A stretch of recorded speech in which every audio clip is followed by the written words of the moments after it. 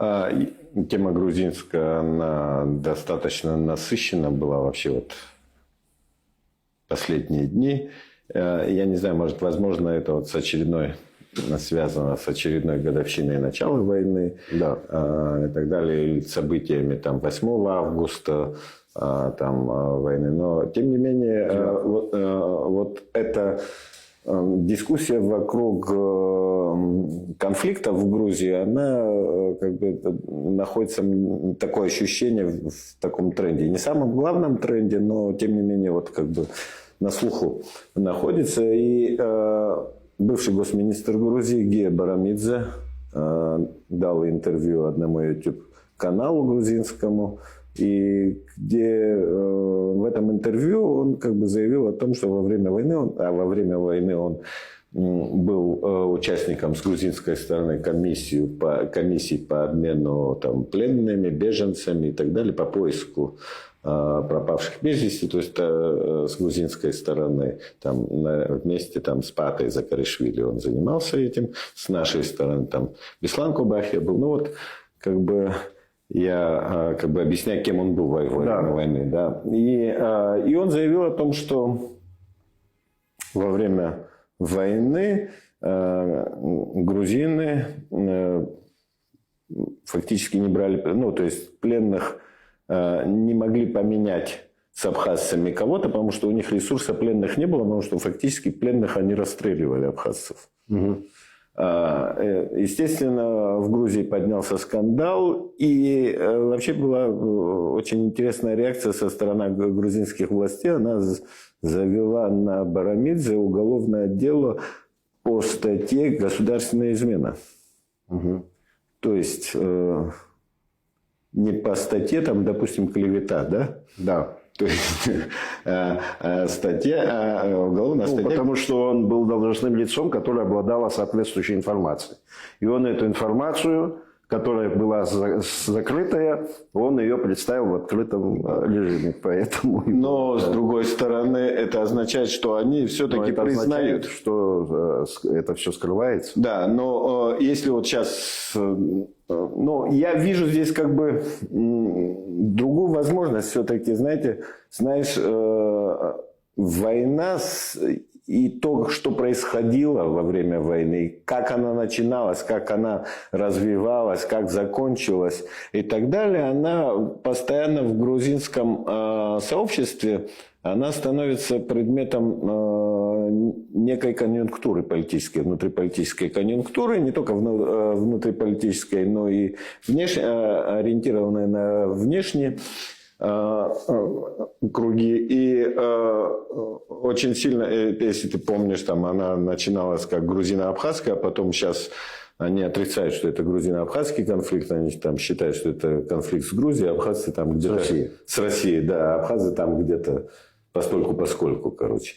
Но вот это признание, оно фактически может быть стать неким стартом для того, чтобы они внутри разобрались в своих тех и в самих причинах войны и признали вообще, что же они в конце концов натворили. Если говорить о какой-то фактологии, ну вот сейчас я могу с десяток имен назвать, которые попали в плен и которые были расстреляны, абхазцы. Вот сейчас, допустим, в августе, в самом начале войны, там Олег Ашба был в плен взят и расстрелян, там братья Акертавцы, Саша Мирзаян, там Амичпа, там, и многих, которые попадали в плен, как бы демонстративно, прямо на похоронах каких-то грузинских воинов, их там расстреливали. То есть такие факты были у нас, слава богу, все это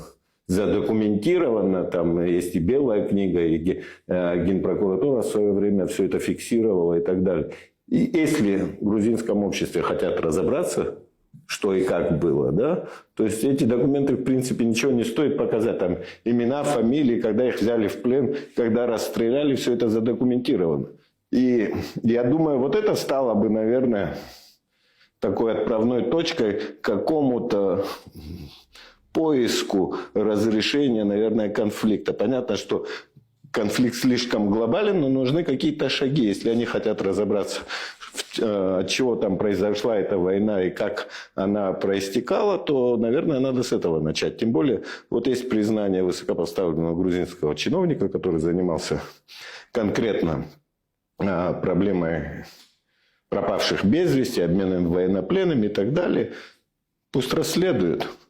Мне кажется, это очень важно. И еще есть одно интервью, которое вот сейчас в самом грузинском обществе также активно обсуждается.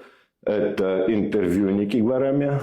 Это бывший генпрокурор, один из лидеров оппозиции.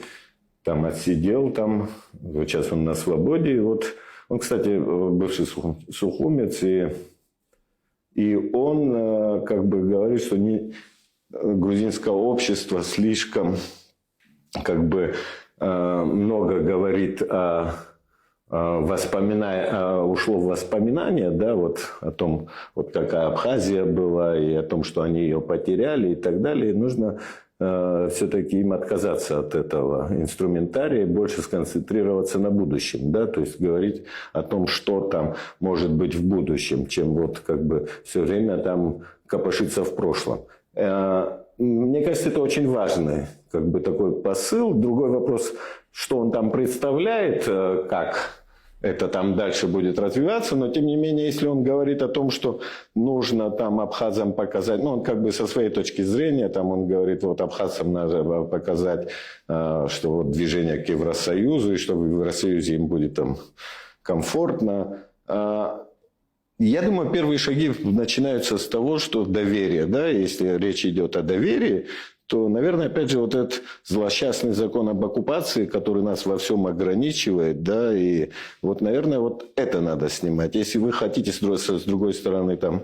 В то же время он сказал, он резко раскритиковал идею поставок вот этого топлива на территорию. Ну, вот нет этого цельного подхода. Потому что это все, на мой взгляд, по большей части, это... внутриполитический это дискурс. Просто там Абхазия для эмоционального накала используется. Вот. Это что касается заявления Гварами. Я еще раз говорю, по одному заявлению делать далеко идущие выводы, я думаю, не стоит никому. Вот. Надо посмотреть, как будет развиваться там настроение. Вот. Что касается Барамидзе заявлений, ну, для нас же здесь ничего нового нет. Абсолютно. Ну, понимаешь, стороны в любом вооруженном конфликте, они, конечно, живут в рамках такого мифа, что, ну, во всяком случае, миф носит публичный характер, публичная пропаганда, имею в виду, что воевали вот на твоей стороне одни Айвенго и Бояр. В белых перчатках, да, а остальные Айвенго и Бояр. Коварные враги. Да, в другой стороне какие-то варвары. Вот. На самом деле, ну, мне кажется, для того, чтобы найти путь разобраться в этой проблеме, всегда, при всей сложности отношений, которые у нас были с грузинами до войны, политические отношения. Кстати, на таком особенном, на бытовом уровне это не особо проявлялось. Вот. На политическом – да, потому что разные были проекты национальные. Вот. Всегда лежит первая ответственность на том, кто сделал моральный выбор в пользу применения насилия. Если эта сторона пошла на этот моральный выбор, ну, надо предположить, что в первую очередь от нее и будут исходить и военные какие-то вот такого сорта нарушения, о которых говорил Барамидзе. Потому что это же они же не просто так регулярные части в Абхазию ввели. Это люди, которые, их руки были по локоть в крови, жители Мигрелии, где они подавляли звеодистов самым зверским образом. Вот. Они уже были опытны, поднаторевшие в этих делах. И в незаконных задержаниях, и в арестах. Это они все везде, там натренировались. Вот. И, естественно, для них это поведение было естественное. Для жителей Абхазии это был шок, конечно. Причем, кстати, не только для абхазов, и для грузин тоже. Потому что они не могли поверить, что их соплеменники способны на такие шаги. Потому что с каким бэкграундом эти люди были, известно. И руководители этого всего процесса, уголовные преступники. Вот. И участники непосредственные, они же были активистами в этом деле. Вот. Потом, конечно, когда конфликт расширяется, разгорается, естественно, будут и нарушения и со всех сторон. Здесь, наверное, наивно представлять, что здесь абхазы люди такого сорта, что подставят другую щеку, да, это совершенно другая ситуация. Это надо понять, что преступления совершались с обеих сторон. Но ответственность за начало этого процесса лежит на том, кто это начал. И методика, и зачем прятать голову в песок? Какая была методика, известна не только по Абхазии, еще раз говорю. Это известно хорошо и потому, что происходило, собственно, на территории Грузии. Понятно, что сейчас это в силу внутриполитических проблем в Грузии, эту тему хотят под ковер замести. Потому что я вот практически не вижу в каком-то публичном дискурсе о том, что происходило в Западной Грузии накануне грузино-абхазского конфликта. Это вообще на эту тему наложено табу. По понятным причинам. Никто не хочет эти травмы бередить. Вот, и так много проблем в обществе. Но это надо учитывать, потому что рано или поздно все равно